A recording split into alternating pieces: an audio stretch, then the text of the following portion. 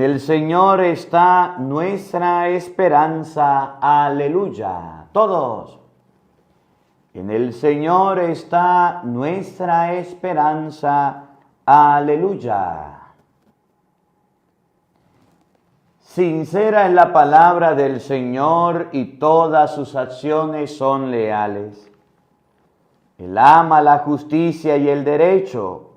La tierra llena está de sus bondades. Todos. En el Señor está nuestra esperanza. Aleluya. Cuida el Señor de aquellos que lo temen y en su bondad confían. Los salva de la muerte y en épocas de hambre les da vida. Todos. En el Señor está nuestra esperanza. Aleluya. En el Señor está nuestra esperanza, pues Él es nuestra ayuda y nuestro amparo.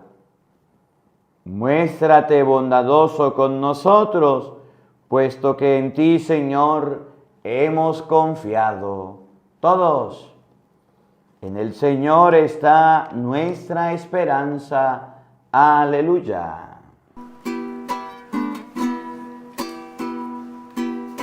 Alaba al Señor, porque Él es bueno. Alaba al Señor, porque Él es grande. Él es grandioso y debe ser alabado. Él es grandioso y debe ser alabado.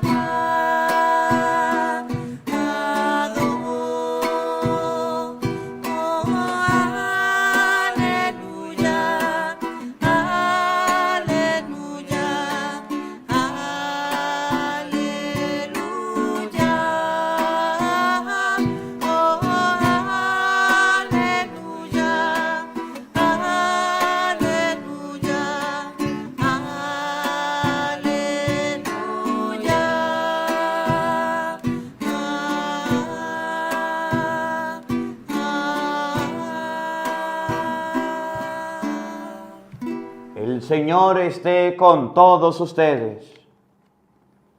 Mis hermanos, les anuncio la buena noticia de nuestro Señor Jesucristo según San Juan. Gloria a ti, Señor.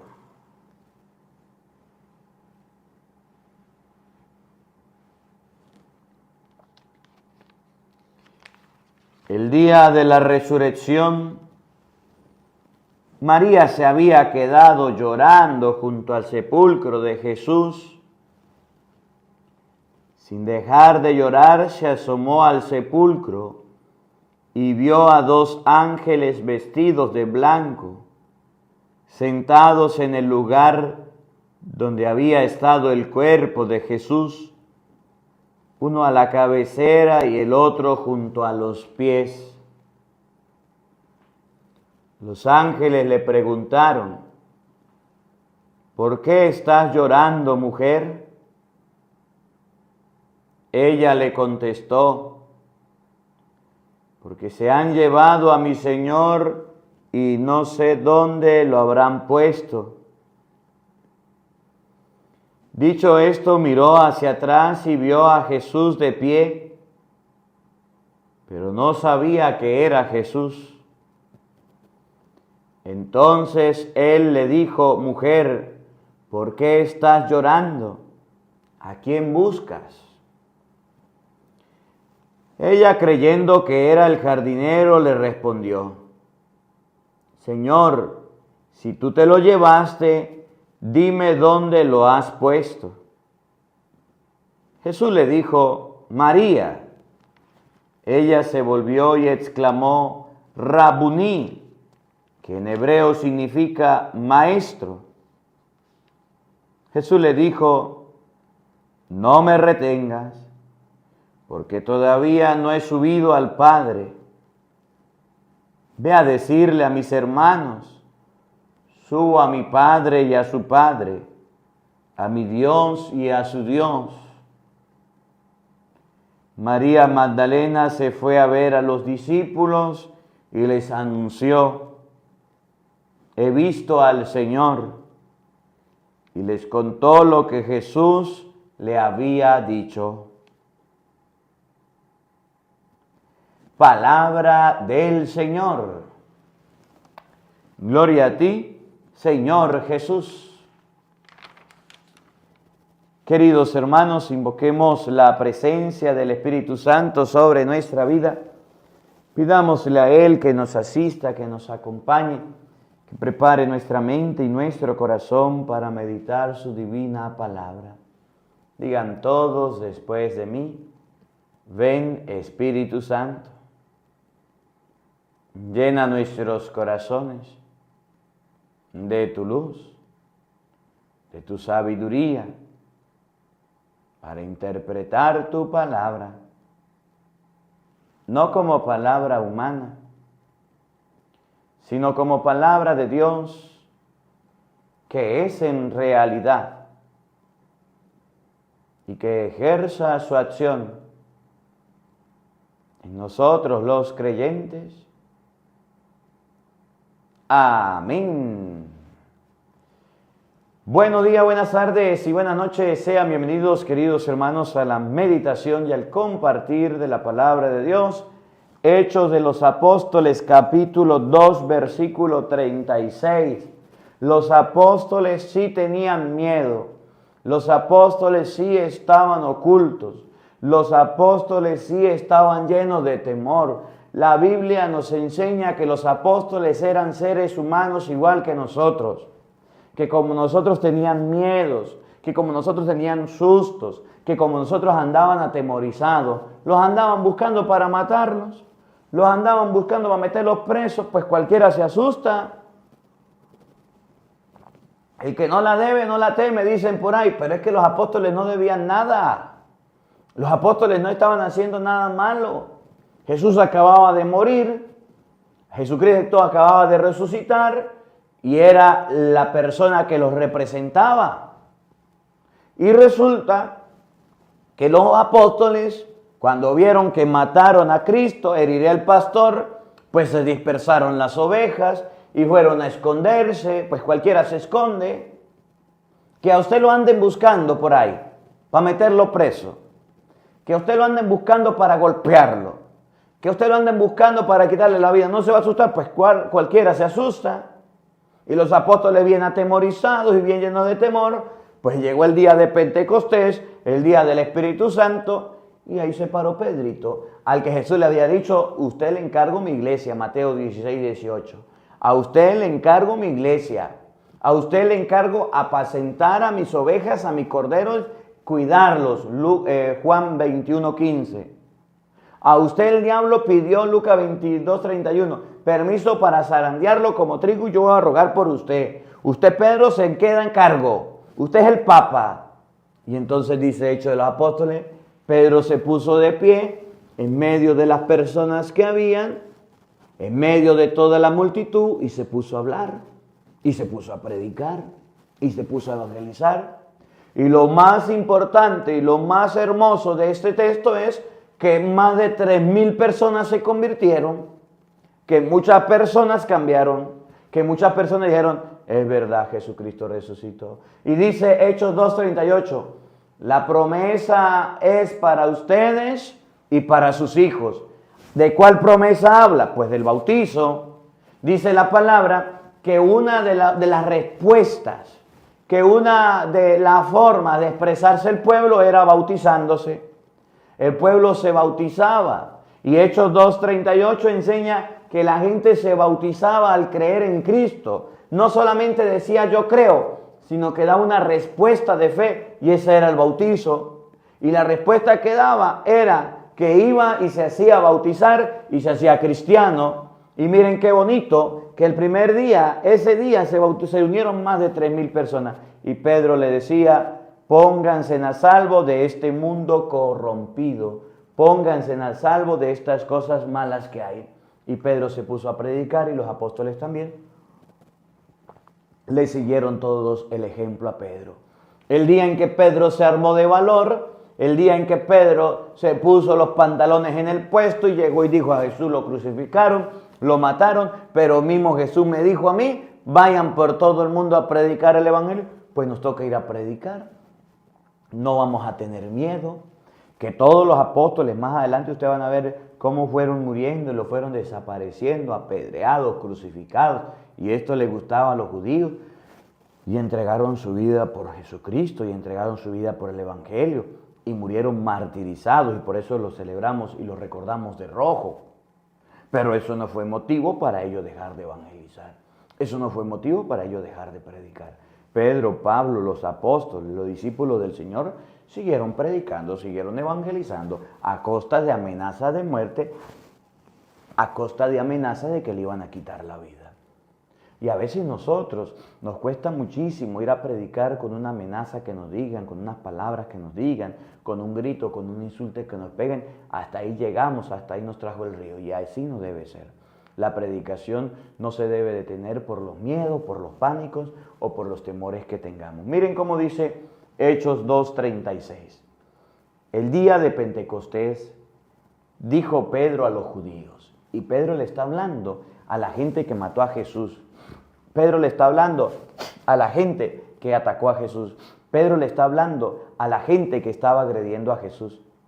Pedro le está hablando a la gente que un día decía crucifícalo, crucifícalo. Pedro le está hablando a la gente que era enemiga de Jesús. Esos no eran amigos de Pedro. Y a ellos les estaba hablando. ¿Qué les dijo?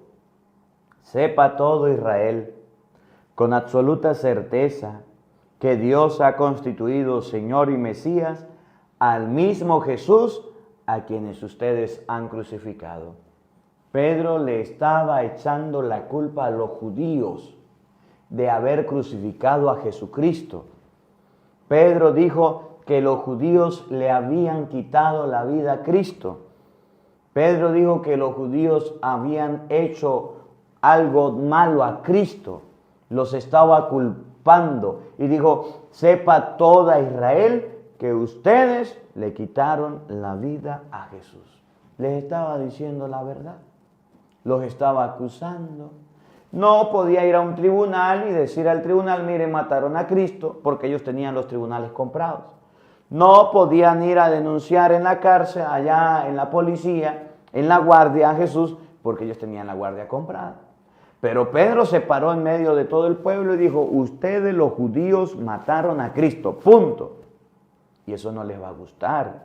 Y por supuesto va a tener una respuesta y lo van a agredir y lo van a lastimar. Pero Pedrito no se quedó callado. Pedrito llamó al pan pan y al vino vino y le dijo, sépanlo con absoluta certeza que ustedes lo mataron. Pero ¿sabe qué? Cristo no se quedó muerto. Pero ¿saben qué? Cristo no se quedó ahí tirado. Pero ¿saben qué? Pero ese Jesús a quienes ustedes los judíos mataron, no se quedó muertico, no se quedó ahí, ha resucitado. Y empieza Pedro a hablar de la resurrección de Jesucristo. Y en vez de ponerse a llorar, a lamentarse, a quejarse, ya cómo los denunciaba, cómo los metía presos, se puso a decirle, la gracia le salió una moriqueta. Ustedes querían acabar con Cristo, ustedes querían matarlo, pero ¿saben qué? Jesús resucitó. Y esa resurrección de Cristo es lo que se puso a predicar Pedro y logró el cambio de tanta gente y la conversión de tantos. Ustedes lo mataron, pero Cristo no se quedó muerto, resucitó. Estas palabras le llegaron al corazón y le preguntaron a los demás apóstoles, ¿qué tenemos que hacer? Nos sentimos culpables. Hemos matado a Jesucristo. Lo hemos crucificado. Díganos, ¿qué tenemos que hacer? ¿Cómo cambiamos esto? ¿Cómo lo mejoramos? Pedro les dijo, conviértanse y bautícense en el nombre de Jesucristo para el perdón de los pecados y recibirán el Espíritu Santo. Primero, conversión. Si ustedes lo mataron, si ustedes lo rechazaron, si ustedes le dieron la espalda a Cristo, al igual que los de ustedes, los sumos sacerdotes, fariseos, saduceos, entonces es hora de darle el frente, convertirse, cambiar, que es lo que a nosotros nos toca. Vivir de espaldas a Dios, vivir de espaldas a Cristo es crucificarlo. Hacer con nuestra vida lo que nos viene en gana es crucificarlo. Vivir de la manera que se nos ocurra crucificarlo. Hacer las fechorías que hacemos es crucificarlo. ¿Qué significa conversión? Cambiar nuestra mente y dejar las malas actitudes y dejar la pelea, los gritos, los insultos, la brujería, la magia, la superstición, la borrachera, los desenfrenos, la fornicación, los cuernos, los cachos, suma y sigue. Conversión es cambiar. Conviértanse. Segundo, y bautícense en el nombre del Señor Jesús. Otro paso de la conversión es el bautizo. Por eso Jesús llegó a decir, Marcos 16:15, el que crea y se bautice, se salvará. Para salvarse se necesita creer. Para salvarse se necesita el bautizo. Nosotros debemos creer y estar bautizados para obtener la salvación. Hay mucha gente que no quiere cambiar, que no quiere creer. Bautícense en el nombre del Señor y no se quieren bautizar. Y tienen a sus niños sin bautizo y tienen a sus hijos sin acercarse a Dios y viven de cualquier manera. Y aún siendo bautizados viven como paganos y aún siendo bautizados, cuando niños lo bautizaron y hoy día viven de la forma que les da la gana. Ese bautizo parece que ni coquito les hizo. Ese bautizo parece que ni cambio produjo. Ya están bautizados y Efesios dice una sola fe, un solo Señor, un solo bautizo. Y entonces la gente vive de cualquier manera. Conviértanse y bautícese cada uno para el perdón de los pecados. El bautizo es para que los pecados se nos perdonen, para que nosotros podamos cambiar. Oigan lo que viene. Y recibirán el Espíritu Santo. A través del bautizo se recibe el Espíritu Santo. Y abro un paréntesis. ¿Puede un niño recibir el Espíritu Santo? Sí. ¿Puede un niño ser perdonado de los pecados? Sí. Salmo 51 dice, pecador me concibió mi madre. Romanos 5:19 dice, por la desobediencia de un hombre todos fueron constituidos pecadores. Todos son constituidos pecadores. ¿Puede una persona recibir el perdón de los pecados? Sí. Ahora, ¿para quién es el bautizo? ¿Solamente para los grandes o también para los niños pequeños? Hechos 2:38 dice que el sacramento del bautizo es para ustedes que están grandes, pero también para los niños, para sus hijos, para los que están pequeñitos. Para ellos también es el bautizo. Oigan lo que viene. Recibirán el Espíritu Santo. Porque la promesa de Dios vale para ustedes y para sus hijos. Y también para los paganos que el Señor Dios quiera llamar, aunque estén lejos. La promesa de Dios es para ustedes. El perdón de los pecados, el Espíritu Santo, el sagrado bautizo, es para ustedes. Y dice Hechos, y también para sus hijos. ¿Por qué usted bautiza a su niño? Porque quiere que reciba las promesas de Dios. ¿Por qué usted le da el sacramento del bautizo a su niño? Porque usted no lo puede dejar por fuera de las promesas de Dios. ¿Por qué en la Iglesia Católica se bautizan a los niños? Porque la promesa de Dios, el don de Dios, el regalo de Dios del sagrado bautizo es para los grandes, pero también para los pequeños. Y no está mal bautizarlos. Por eso Mateo 28:20 en adelante dice, vaya y hagan que todos los pueblos, no dice a los grandes, a los adultos de los pueblos, todos los pueblos donde hay mujeres, hombres y niños, sean mis discípulos. ¿Cómo nos hacemos discípulos de Cristo? Bautícenlos en el nombre del Padre, del Hijo y del Espíritu Santo. Y después, enséñenles a cumplir lo que yo les he encomendado. El mandato de Dios es ir a todos los pueblos. Y por eso la Iglesia Católica bautiza a los niños que están en todos los pueblos. Cierro el paréntesis. Miren lo que viene. Con estas y otras muchas razones, los instaba y exhortaba diciéndoles, Pónganse a salvo de este mundo corrompido. Repito, pónganse a salvo de este mundo corrompido. Pedro le decía a la gente que el mundo estaba corrompido. Y hoy día la gente sabe que el mundo sigue corrompido. Y Pedro decía que debemos ponernos a salvo. En estos días me daba risa porque miraba unos videos donde unas personas en la China estaban durmiendo en la cama y de repente hubo un terremoto. Y resulta que la cama debajo tenía un hueco y ese hueco debajo tenía hasta comida. Era como un blindaje. Y cuando hubo el terremoto, la cama recogió a los que estaban ahí y se selló la caja. Y mientras que pasaba el terremoto, tenían comida, tenían oxígeno, tenían un poco de cosas, decían, náguara, se pusieron al salvo del terremoto. Era una cama de yo no sé qué, que cuando hay un terremoto le puede caer lo que le caiga y esa caja que es de un metal bien fuerte, de acero, no se daña y no le pasa nada. Después miraba otro video donde decían que habían unas cápsulas del fin del mundo, no sé qué, donde la gente cuando haya un diluvio nuevamente o cuando haya un maremoto, bastante agua, se meten en la cápsula donde hay oxígeno, donde hay comida y de ahí no sale. Pero para poder salir de la cápsula tienen que abrir de afuera, de manera que se puedan salvar. Se ponían a salvo. Otras, por allá debajo de la tierra, lo que llaman los búnker.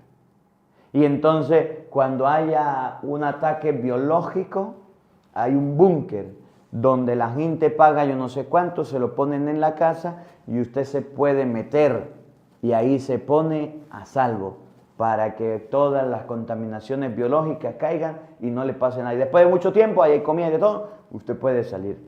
Y por allá había otro video de esto cuando vienen los tsunamis y los terremotos y cuando viene que la gente tiene las azoteas donde se mete y donde se esconde y se ponen a salvo de cualquier cosa para que se muera. Bueno, así dice Pedro. Pónganse a salvo de este mundo corrompido. Pónganse a salvo de este mundo malo. Pónganse a salvo de las cosas malas que tiene este mundo. El ponernos a salvo del mundo corrompido significa que el mundo nos va a querer atrapar, que el mundo nos va a querer agarrar, que el mundo nos va a querer ofrecer vicio, que el mundo nos va a ofrecer caídas, y ustedes y yo debemos escondernos en Cristo como si fuera un búnker, escondernos en la oración como si fuera nuestra protección para que nada malo nos pase.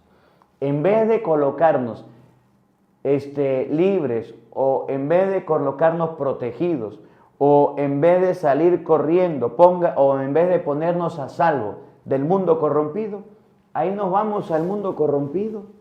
En vez de ponernos a salvo de las malas amistades, ahí estamos con ellas. En vez de ponernos a salvo de la brujería, ahí estamos de brujos. En vez de ponernos a salvo de las cosas malas, ahí estamos metidos en las cosas malas. Y Pedro dice que no es así, que si usted es bautizado debe colocarse a salvo, porque si no se pone a salvo el mundo lo agarra y lo destruye. Póngase a salvo el mundo corrompido. Los que aceptaron sus palabras se bautizaron y aquel día se les agregaron unas 3,000 personas. 3,000 personas se convirtieron, se bautizaron y se pusieron a salvo del mundo corrompido. El mundo corrompido nos quiere dañar y debemos tener mucho cuidado. Ponernos al salvo significa darle la espalda al mundo y darle el